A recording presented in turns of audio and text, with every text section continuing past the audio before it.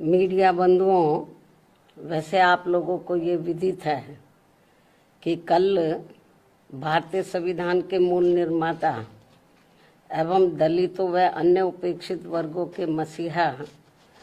परम पूज्य बाबा साहब डॉक्टर भीमराव अंबेडकर की जयंती थी, जिसे पूरे देश में बीएसपी के लोगों ने अपने परिवार सहित बड़े धूमधाम से मनाया है। खासकर यूपी की राजधानी लखनऊ में तो कल इनकी जयंती पर पूर्व की तरह ही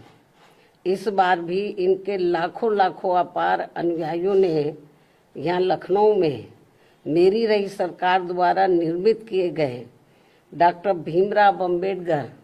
सामाजिक परिवर्तन स्थल पर पहुंचकर इसे अपने श्रद्धा के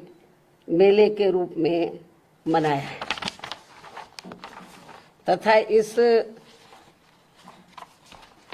विशाल व ऐतिहासिक स्थल पर लगी इनकी बड़ी प्रतिमा पर, अति विशाल प्रतिमा पर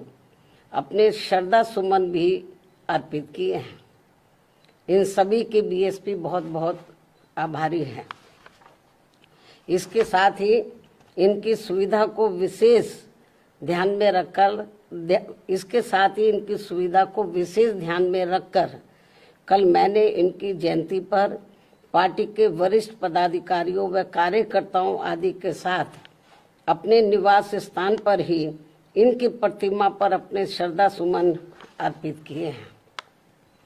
और इस मौके पर प्रेस नोट आदि के जरिए भी इनकी त्याग, तपस्या, संघर्ष व कार्यों आदि के बारे में भी अपनी श्रद्धा व भावनाएं व्यक्त की हैं, जिनकी सोच व मूवमेंट को आगे बढ़ाने के लिए बीएसपी के जन्मदाता एवं संस्थापक मान्यवर श्री कांशीराम जी ने अपनी पूरी जिंदगी समर्पित की है, जिनसे प्रेरित होकर अब मेरी देखरेख में इसे आगे बढ़ाया जा रहा है। हालांकि इनके इस कारवां को पीछे ढकेलने के लिए यहाँ सभी दलित विरोधी जातिवादी पार्टियां किस्म किस्म के साम दाम दंड भेद आदि हथकंडे भी काफ़ी इस्तेमाल कर रही हैं, जिनसे बीएसपी के लोगों को कदम कदम पर हमेशा सावधान रहना है और यही फिर अपने इन महापुरुषों के प्रति इनकी सच्ची श्रद्धा भी होगी। हालांकि इस संदर्भ में मेरा ये कहना है कि बीएसपी के बेस वोट अर्थात दलितों के वोटों को लुभाने के लिए पिछले कुछ समय से यहाँ सभी विरोधी पार्टियां अपने अधिकांश कार्यक्रमों में बीएसपी के नीले रंग को ही विभिन्न रूपों में इस्तेमाल कर रही हैं, जिसका दलितों पर कुछ भी असर पड़ने वाला नहीं है, क्योंकि इन पर केवल बीएसपी के नीले रंग का ही असर पड़ता है, अन्य किसी और रंग का नहीं। ये विरोधियों को ध्यान में रखकर चलना चाहिए। और अब जिस खास मकसद से आज मैंने मीडिया बंधुओं को बुलाया वो है महिला आरक्षण का अति महत्वपूर्ण मामला, जिसके लिए केंद्र सरकार ने कल से संसद का 3 दिन का विशेष सत्र भी बुलाया हुआ है। और इस संबंध में हमारी पार्टी का ये कहना है कि देश में बहुजन समाज में से खासकर एससी, एसटी व ओबीसी समाज के हित व कल्याण की तरह ही महिला सशक्तिकरण आदि की बातें भी तो बहुत की जाती हैं, किंतु सही नियत, नीति एवं मजबूत इच्छा शक्ति के अभाव के कारण इस पर ईमानदारी से अमल शायद ही कभी ठीक ढंग से हो पाया है। इसी का नतीजा है कि कमजोर वर्गों के लोगों की तरह ही महिलाओं के विरुद्ध भी जुल्म, जाति एवं शोषण, अत्याचार आदि की जघन्य घटनाएं आज भी सही से रुकने का नाम नहीं ले रही हैं। और इसलिए हमारी पार्टी बीएसपी देश की सर्व समाज की महिलाओं को उनके आबादी के हिसाब से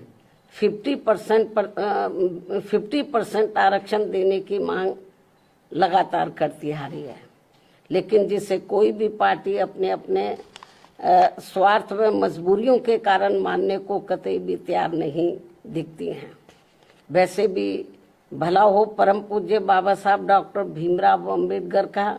जिन्होंने देश की महिलाओं को पुरुषों के समान बराबरी वाला एक व्यक्ति एक वोट का यह अति मूल्यवान मानवतावादी संवैधानिक अधिकार देकर यह पूरे महिला जगत को धन्य बना दिया है तथा जिस महिला सम्मान व उनके सशक्तिकरण की जो जबरदस्त बुनियाद इन्होंने यहाँ देश में डाली है, उसके लिए देश हमेशा उनका कृतज्ञ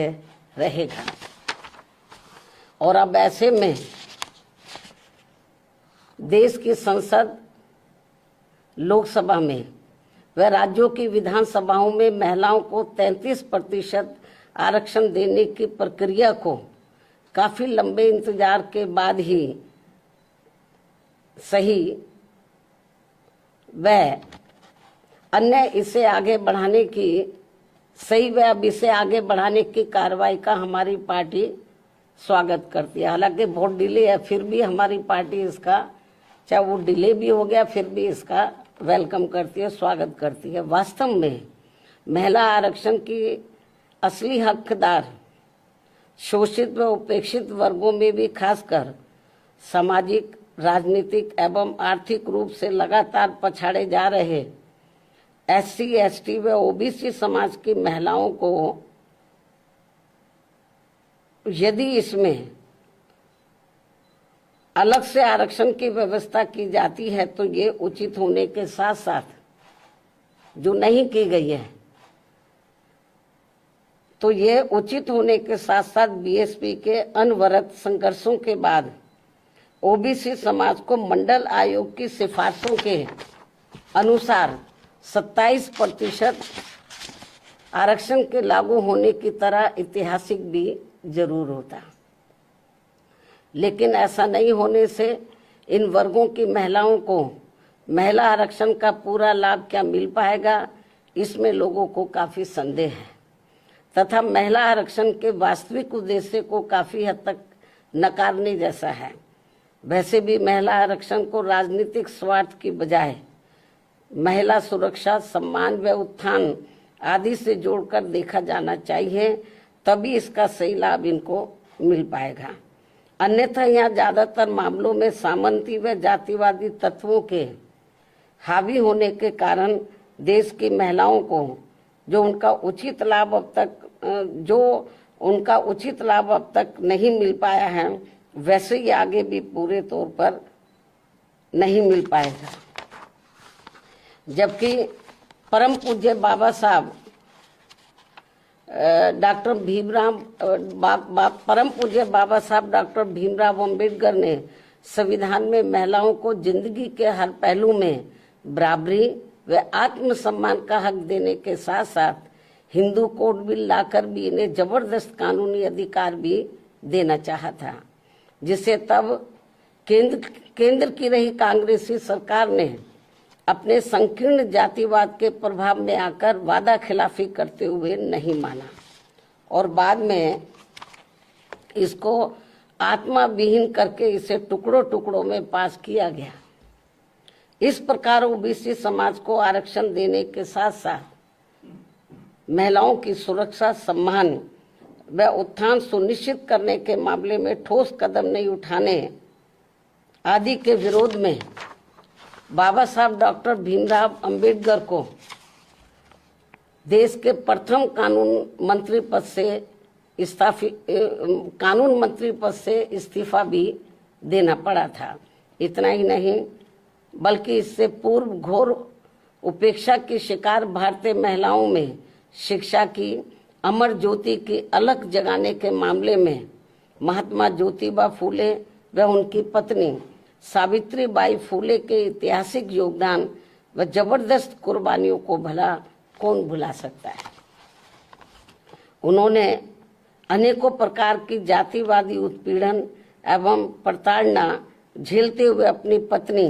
व आसपास की महिलाओं को शिक्षा के अलंकार से सम्मानित व नारी शक्ति को प्रोत्साहित किया, बल्कि हर दुख और अपमान झेलकर भी स्कूल स्थापित करके इस क्रम को अभूतपूर्व तरीके से आगे बढ़ाकर हमेशा हमेशा के लिए सामाजिक परिवर्तन के पिता मैं बनकर अमर हो गए। इसके साथ ही अब जबकि महिलाओं को देश की संसद, लोकसभा में व राज्यों की विधानसभाओं में आरक्षण की बात आगे बढ़ रही है, तो इसमें किसी भी प्रकार की अड़चन पैदा करना उचित नहीं होगा। इस मामले में खासकर कांग्रेस पार्टी को महिला आरक्षण में SC, ST व OBC महिलाओं को अलग से आरक्षण देने की बात इन्हें अब क्यों याद आ रही है, जबकि इन्होंने इससे पहले अपनी सरकार में इस विशेष मुद्दे की घोर अनदेखी की थी और BSP की इस मांग को भी अन्य और मामलों की तरह जातिवादी द्वेष आदि के कारण अनसुना कर दिया था। ऐसे में कुल मिलाकर BSP का संक्षेप में यही कहना है कि देश में